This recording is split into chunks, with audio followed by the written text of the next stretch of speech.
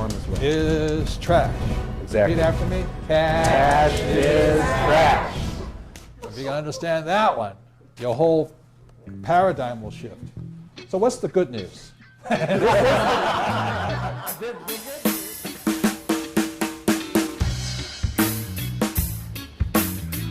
We're in New Zealand now. This is the final stop on a Rich Dad tour. I've been on a tour with Robert Kiyosaki, doing these Rich Dad events in Kuala Lumpur, Singapore, Australia, and New Zealand. And what incredible ride and what incredible view. New Zealand is absolutely incredible. Auckland is beautiful. This opportunity isn't going to last for long. There are these brief moments throughout history that go by, you know, as far as historic time, they go by in the blink of an eye, where the safest place to be, the place where people run to protect their financial well-being during economic crisis, gold and silver.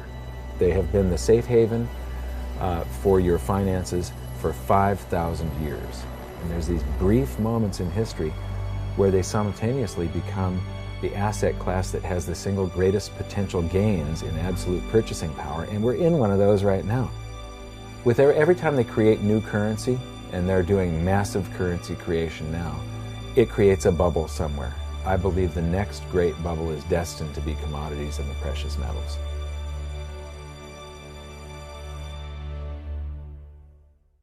And what's amazing is I left with a bunch of these sort of ugly pieces of paper with pictures of dead guys on them that are from the US, and then you arrive in Kuala Lumpur and in Malaysia, and you trade them for some prettier pictures, pieces of paper with pictures of people on them. I don't know if they're living or dead or what, but then you leave there and go to Singapore, and you trade them for pretty pieces of paper that have now they've got like little windows you can look through in them, a little clear spot, watermarks, all this kind of stuff. And then you get to Australia and you trade them for even, they've got more vibrant colors on their currency, which I sort of like. I think the American currency is pretty drab and way outdated.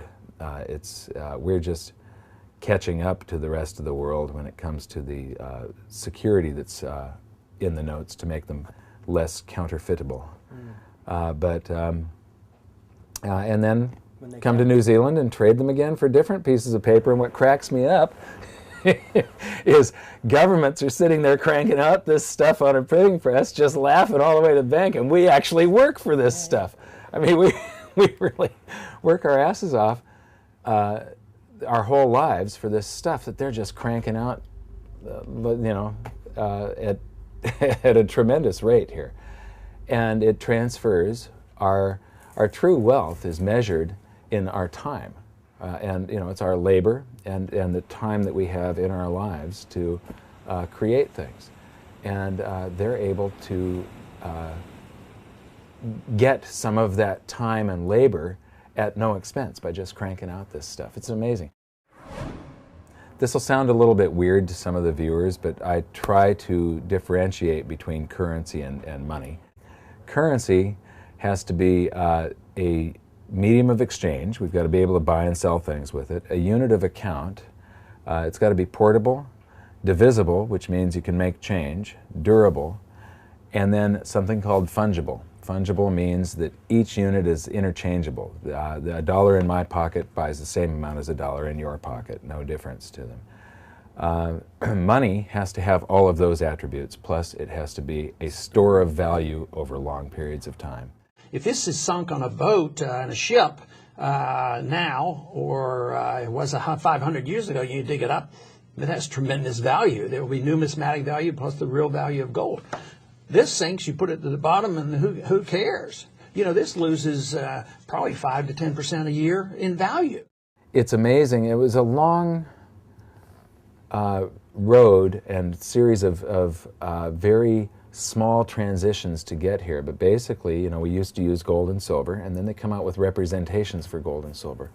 All the currency in the United States and in most countries was redeemable for gold or silver at one time. In the United States, our currency used to say there have been deposited with the Treasury of the United States $100 in gold coin payable to the bearer upon demand.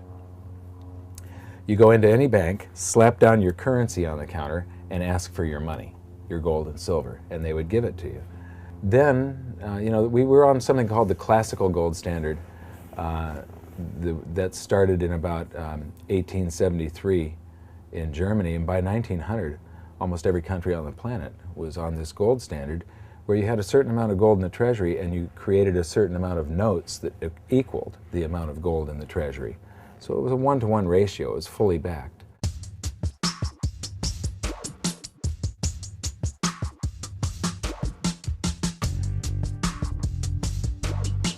Fiat means an order by an authority that has the power to enforce that order, or a decree.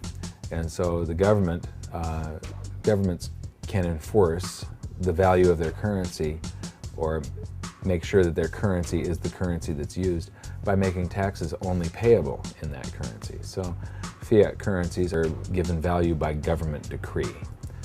There's no intrinsic value to them. In fact, it costs about 6 cents to create a dollar bill or a $100 bill, but basically there's maybe 3 cents worth of paper and ink, and then some labor and transport and all that stuff, except they've ruined the piece of paper. You can't write a list on it now because they printed it with ink.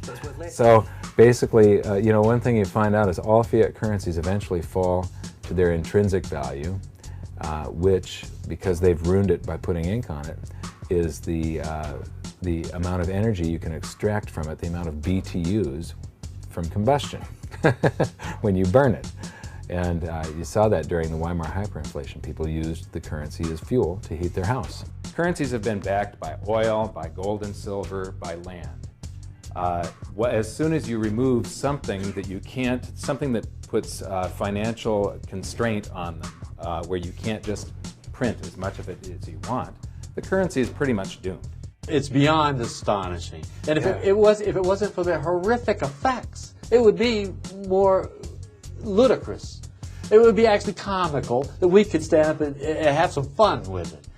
But it is actually horrific. When you look back in history for the last 3,000 years, every episode of this kind of silly crap ended very, very badly.